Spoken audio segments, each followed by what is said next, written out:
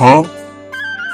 इधर साले आज एती तेती मत कर बे, पूरी देखई आने वाला है मोला। कहाँ तू बीच में झन कर बे, बता देता मैं। 10 रुपया दे पहली। चल बे, नहीं मिला 10 रुपया।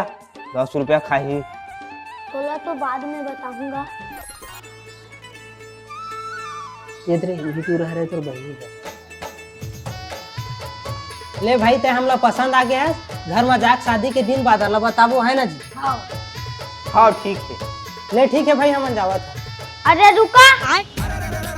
अरे एला तू मन टूरी देवा तो का। हाँ? हाँ देवा था। अरे ते अपने खर्चा उठा नहीं सकी, तो तुम्हारी बेटी के खर्चा खाक में उठाई।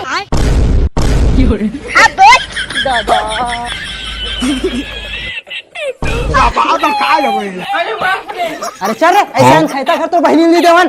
अरे तो साली संग मोर जोड़ी मस्त भाभीगा। वैसे जोड़ी में आगे लगा भाग साले। कैसे टूट गया ना रिश्ता 10 रुपए पर। बोला तोरे साले नहीं